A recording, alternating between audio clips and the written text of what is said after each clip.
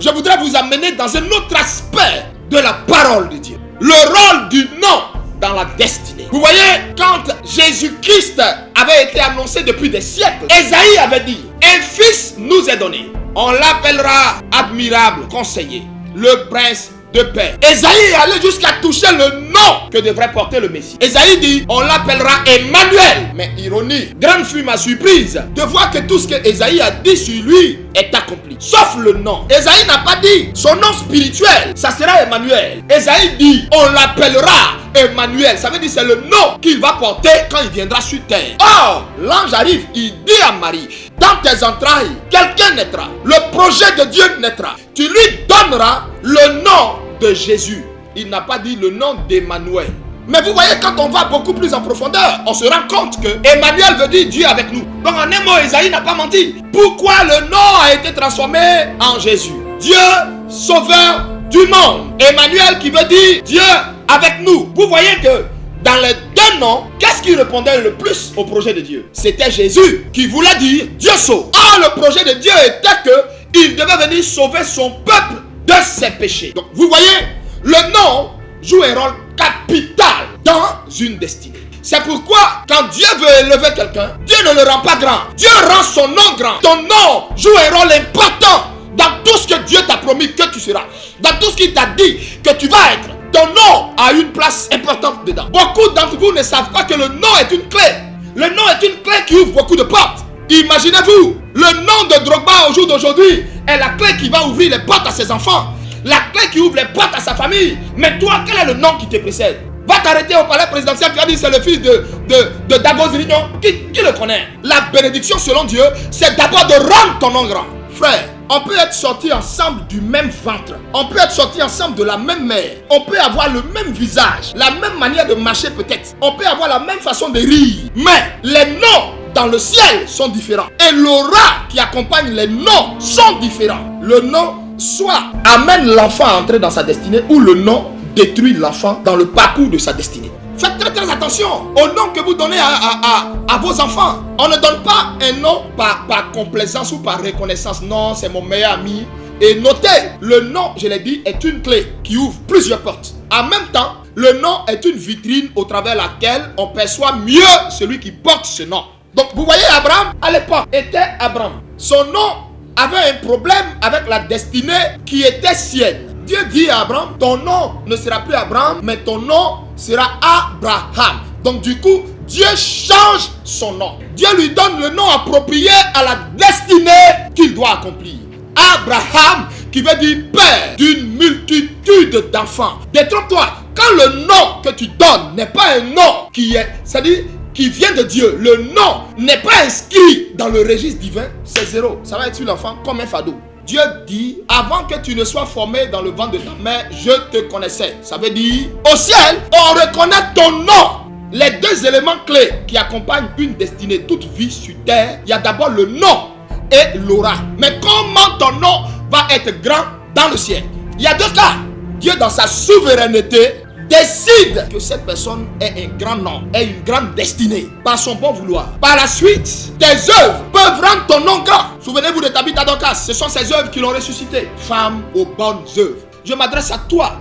Si tu avais l'habitude de faire de bonnes œuvres, de dépenser pour Dieu, donner sans compter, donner sans réfléchir pour ton église, pour faire avancer l'œuvre, reste dans cette logique. En fait, ton nom est en train d'être connu au ciel. Mais quand tu donnes avec murmure, quand tu donnes avec contrainte, quand tu donnes avec plainte, quand tu donnes et puis ton visage est serré, quand tu n'as pas envie de faire, tu n'as pas envie de prendre soin de ses serviteurs, tu n'as pas envie de prendre soin de la maison de Dieu, ton nom devient plus que petit, tu compromets ta destinée. Le nom très souvent incarne la destinée de quelqu'un. Le nom incarne l'avenir même de quelqu'un. Le nom par moment même que quelqu'un porte peut jouer même sur son caractère, sur son comportement. Parfois, ton nom peut être la source de ton bonheur ou même ton nom peut être la source de ton malheur.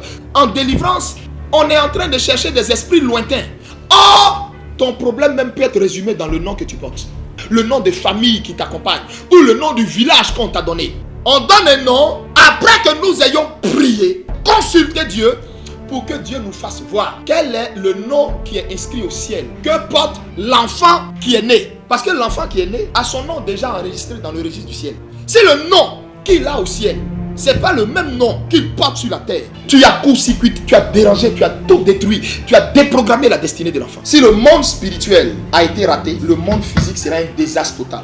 Si tu n'as pas vaincu dans le monde spirituel, tu ne peux pas vaincre, ni dominer, ni régner dans le monde physique. Ceux qui règnent dans le monde physique sont ceux qui ont dompté et dominé dans le monde spirituel. Si ta vie sur la terre est misérable, est malheureuse, c'est parce que spirituellement, tu ne pèses pas. Combien tu pèses dans le monde spirituel? Ce que tu pèses dans le monde spirituel va impacter le monde physique. Je vais vous expliquer comment certaines personnes eux-mêmes rendent leur nom abominable au ciel. Paul dit, fuyez les vaines manières de vivre. Pourquoi? Parce que les vaines manières de vivre peuvent influer sur ton nom. Acte 19, verset 1 à 16. Ici, c'est le démon qui parle à des gens qui étaient venus le chasser. Il dit, je connais qui est Jésus et je sais qui est Paul. Mais vous, qui êtes-vous? Le nom de Paul était connu par ses ennemis, les démons, les magiciens. Le nom de Paul était connu par toutes les maladies. Toutes les maladies savaient qui était Paul. C'est pourquoi la Bible dit, même sa sueur, quand elle touchait des mouchoirs, des linges, on appliquait cela sur tous les malades. Ils étaient tous instantanément guéris. Les maladies connaissaient le nom de Paul. Alléluia. Les démons nous connaissent. Je vais te parler ce matin. Qui connaît ton nom? C'est les bars qui connaissent ton nom. Qui connaît ton nom? Les DJ qui te chantent là. Oh, le plus grand boucantier, le plus grand buveur, le plus grand manager. C'est les bars là qui connaissent ton nom. La plus grande prostituée des bars. Tu es en train de faire connaître ton nom de la mauvaise façon. Ce matin, Dieu est en train de te parler. Toi, qui es-tu? C'est parce que le monde spirituel ne reconnaît pas ton nom qu'on prophétise sur toi. On prie sur toi. On prie pour toi. On prie pour tes affaires. On prie pour que tu travailles. On prie pour que tu te maries. On prie pour que tu enfantes. On prie pour que la gloire de Dieu éclate sur ta vie. Et puis rien ne se passe. Parce que ton nom là, ton nom n'est pas connu au ciel. Et tu fais tout pour rendre même ton nom abominable au ciel. Parce que même aimer les choses de Dieu, ça ne t'intéresse pas. Aimer Dieu, ça ne t'intéresse pas. Faire tes offrandes, ça ne t'intéresse pas. Payer ta dîme, ça ne t'intéresse pas. Balayer l'église du Seigneur, ça ne t'intéresse pas. Essuyer l'église, ça ne t'intéresse pas. Même prier chez toi-même à la maison, ça ne t'intéresse pas. Voilà pourquoi tu es ami aux sorciers. Parce que ton nom n'est pas redoutable à leurs oreilles. Ils ne te connaissent pas. Le ciel ne connaît pas le nom là. La prophétie a été libérée. La prophétie te cherche. La prophétie te cherche. La prophétie ne te connaît pas. C'est-à-dire si toi-même, dans la souveraineté de Dieu, tu n'es pas né avec un grand nom, normalement, tes œuvres doivent te donner un grand nom. Mais ni l'un ni l'autre. Pendant que tu as la bouche sale, pendant que ton cœur est noir, pendant que tu n'as pas peur de parler de ton prophète, pendant que tu n'as même pas peur de le dénigrer, de dire n'importe quoi des pasteurs. Quand tu entends quelque chose sur des hommes de Dieu, sur les églises, tu es la première, tu es le premier à insulter. Au ciel là-bas, quand on entend ton nom, on dit wouh, c'est là. Wow, wow, wow, wow, wow, wow, wow. Plus palabreuse qu'elle, tu meurs, hein. Faut la dépasser. Ton nom, tellement ton cœur est noir, tellement tu es avare. Quand toi seulement tu passes là, par moment même quand tu viens faire offrande, des anges disent lui là il est venu faire offrande. Il a donné quand même, attends on voit. C'est tellement tu es avare, tellement tu n'aimes pas Dieu. Donc il y a des gens même là, non, au ciel n'a aucun poids à cause de la vie qu'eux-mêmes ont décidé de vivre. Parce qu'ils ont voulu se rendre ennemis de Dieu. Abraham a été l'ami de Dieu. Donc son nom a été grand, connu de tous. Voilà pourquoi il y en a qui sont convertis, ils sont dans la maison de Dieu. Il y en a même, ils sont chrétiens depuis des années. Et puis tu vois, leur vie n'avance pas. Parce qu'au ciel là-bas, là, il est connu comme un rebelle. Je parle à l'église, je parle au corps de Christ, je parle aux chrétiens. Pour que vous fassiez attention à votre nom. Pour que votre nom ne soit pas associé à des choses. Pour que votre nom ne soit pas associé à des mensonges, à des scandales. Pour que votre nom ne soit pas associé au péché. Pour que votre nom ne soit pas associé à des vices. Frère, faites attention à votre nom. Préservez votre nom. C'est plus qu'important. Mon ami, si Dieu t'a mis à cœur que tel homme de Dieu est un sataniste, il est dans des magouilles bizarres. Si Dieu t'a mis à cœur que telle personne est dans des pratiques bizarres, on n'a pas dit de te lever à haute voix et puis à faire, je ne sais pas moi, des scandales. Non, mais ne marche même pas avec de telles personnes. Reste dans ton coin. Tu n'as pas besoin de chercher à t'accrocher à des gens pour espérer être l'élévation, c'est Dieu qui la donne. Vous devez comprendre l'importance de ces mystères, l'importance de ces secrets. Vous devez faire attention à toutes ces choses. À quoi associez-vous votre nom? Avec qui marchez-vous? L'aura dans la destinée. Vous voyez? Vous pouvez voir ça en Matthieu chapitre 2. Au temps du roi Hérode, des mages venus d'Orient vont voir une étoile dans le ciel. C'est ce qui a été la boussole qui les a conduits jusqu'à où était couché le petit enfant. Je vais dire à quelqu'un, ton étoile, ton aura peut conduire les ennemis jusqu'à ta porte. Et tu ne sais pas que c'est ton ennemi. Hein? Il vient en ami. Elle vient en ami. Oh, tu ne sais pas. Il y en a parmi vous qui aujourd'hui se retrouvent amis à des gens sans savoir que ces gens ont été téléguidés, sont venus depuis le monde spirituel pour venir se rendre amis à eux, venir se rendre leur enfant spirituel. Et ces personnes-là sont ceux qui vont s'aimer la zizanie là. Des problèmes dans leur ministère, des problèmes dans leur foyer, des problèmes dans leur vie, des problèmes dans leur couple. Le monde spirituel reconnaît deux choses, le nom et l'étoile, l'aura. Par ton aura, on peut te détruire avant le temps. La vie de Jésus-Christ avait failli passer à cause de son aura. Il n'était qu'un bébé né dans une crèche, mais il avait failli connaître la mort à cause de son aura, son étoile. L'étoile a dérangé tout le monde spirituel, au point où l'étoile a été perçue dans le monde physique par des mages qui ont amené la nouvelle jusqu'à l'ennemi de Jésus, c'est-à-dire jusqu'au roi Hérode, qui ne voulait pas que Jésus-Christ reste encore 2 jours sur la terre.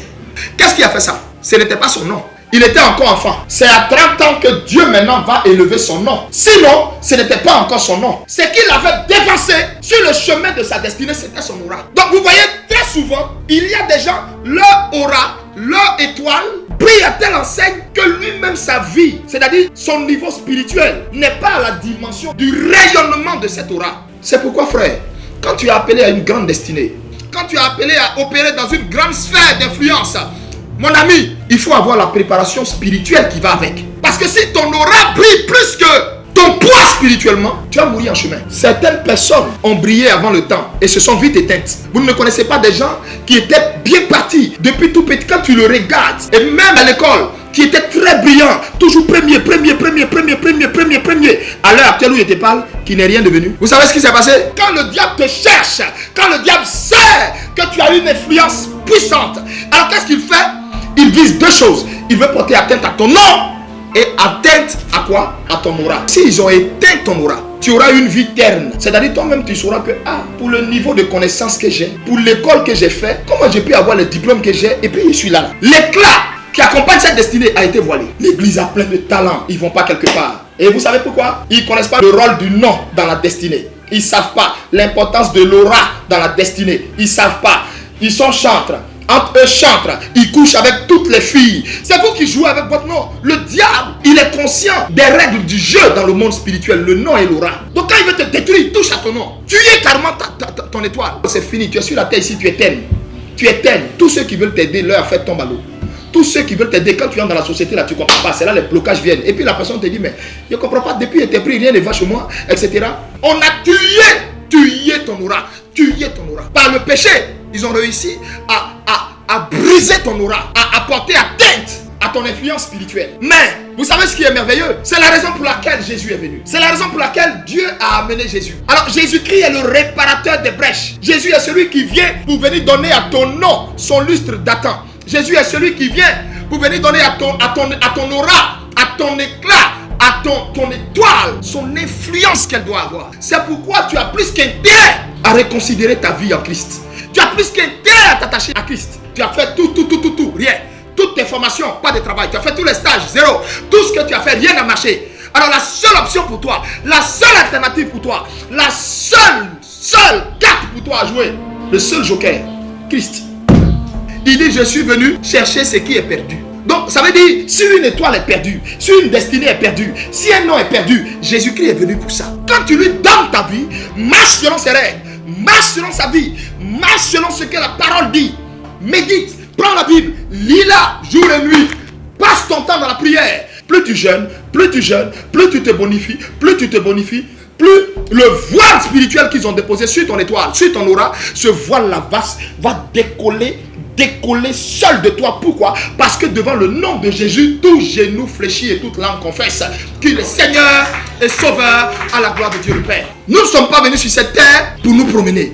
Nous sommes sur cette terre pour le représenter. Tel il est, tel nous sommes. Et il n'y a que Jésus-Christ seul qui peut faire de toi tel il est, tel nous sommes en lui. Frère, n'ayez pas peur de vous déconnecter de certaines amitiés. N'ayez pas peur de vous déconnecter de certaines choses. N'ayez pas peur de sortir de certaines influences.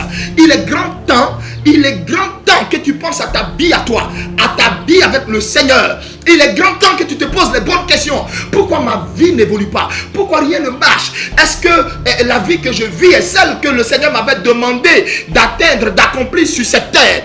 Est-ce la mission qu'il m'avait confiée?